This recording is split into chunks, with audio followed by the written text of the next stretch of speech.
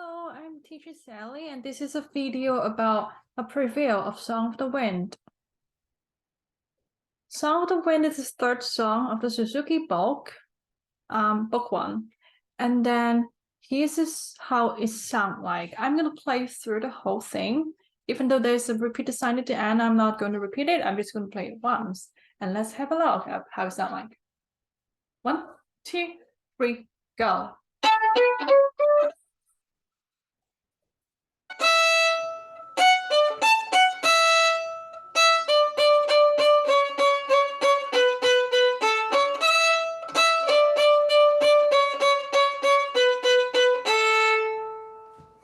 This is Song of the Wind. It's a very uplifting, lively little piece of folk song. So here are two practice spots. The first one is in measure 3 and 5.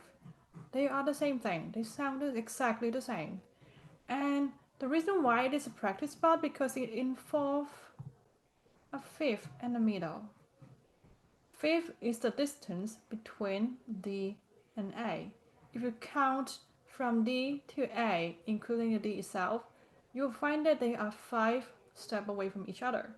1, 2, 3, 4, and 5. So we call that a perfect fifth. And then it takes some special technique to play the perfect fifth in tune and effortlessly, which we're going to talk about it later. The second thing to have in mind is the first finger on the E string, the F sharp, has to be down all the time when you play this measure. So don't lift up the first finger. In the following time, we're going to talk about how to play the perfect fifth. In order to play the perfect fifth, we need to imagine that on our violin, there's not just 4 strings, but between each string, there's one imaginary string. For example, this time we need to play the D on the A string and an E and an A on the E string. So in order to play that, we need to imagine that there's one more string between the A and E. And our third finger is not just going to be on the A or D string when we play. Instead, our third finger is going to be on that imaginary string. And here's how it would sound like if I use this strategy to play measure 3. You can see that I barely need to move my hand or twist my wrist in order to reach the 2 string A and E. If we do not use this technique, how it would look like. Let's see. This time I'm going to put my third finger on either A or E string when I play it. It will sound like this and look like this. You can see that I'm more clumsy when I play that, and intonation is also a little bit off because without the imaginary string strategy, it would make it harder to jump between the string without stopping or being able to play, like without to play continuously as well. So how to make that happen? Let's follow the steps. First, always remember to have your first finger down no matter what. Second, let's find the third finger on the imaginary string. Let's find the D on the A string together, but have your third finger placing on that imaginary string. And try to adjust with your elbow, bounce between A and E until you feel like your third finger is touching both strings equally. This is the D on the A string. And then now, without moving a lot or swinging the elbow too much, try to find the A on the E string. Successful. Let's try again. First, we need to have a first finger down on the E string, preparing the F sharp all the time. Then we have to have the second and third finger down on the imaginary string. And try to find the touching, feel the touching, make sure that adjust your elbow make sure that your third finger is touching both A and E string equally and evenly. Then try to play a D from the A string. And then, without moving too much, play the A on the E string. If you want to adjust the intonation, for example, if the A is a bit too flat, you can adjust it by moving the elbow a little bit more outward so that the third finger touch the E string more. Then it's good. So follow this step to practice finding your fifth and play on an imaginary string. Then try to play measure 3 very slowly. F sharp, imaginary string, and then the D. If you need to, you can adjust the elbow out a little bit, but not too much because we are trying to minimize the motion so that when you play the fifth, it will be less clumsy.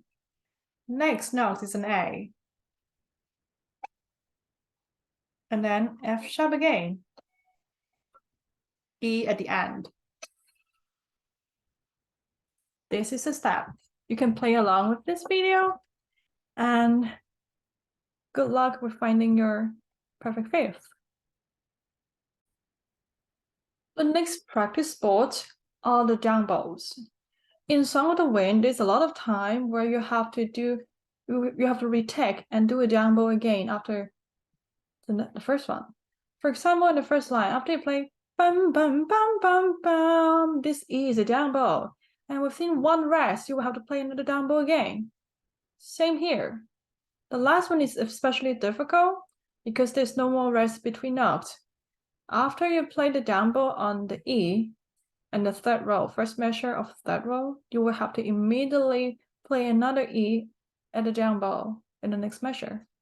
So in order to practice this coordination, practice doing retake, let's try to practice in the following step together.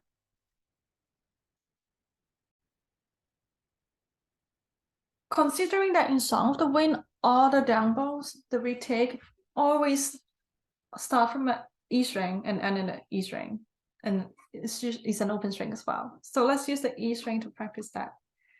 First of all, always try to stay in the lower half of your bow, because the higher you go, the more bouncy the bow is, and it's hard to control if you want to do a retake. For example, it bounces naturally. It'll be hard to do a retake in the upper half of the bow. So always stay in the lower half if we want to do a retake. Now, try to do this. I will show you first, and then we can do it together. First, play an E. And then go back to where you start as quick as you can and without bouncing or pressing the bow down. Just set the bow when you go back. One more time. E, go back and set the bow. Another time. E, go back and set the bow. It doesn't have to be a big circle when you do retake, because the bigger the circle is, the longer the time you need to get back to the place where you start the E. If you start the E from here, try to return to the same place again before you start the next note. For example, if I'm going to play measure 3 of Song of the Wind, I go back to here because I start the F sharp from here, right? One more time. And go back really silently without pressing down. So in order to be able to do that, practice by using the open string like this. 1, 2, 3, go. And 1, 2, 3, go. And 1, 2, 3, go. And try to be able to go back in one beat. And in order to do that, make sure your circle is not too big. And when you go back down, make a soft landing.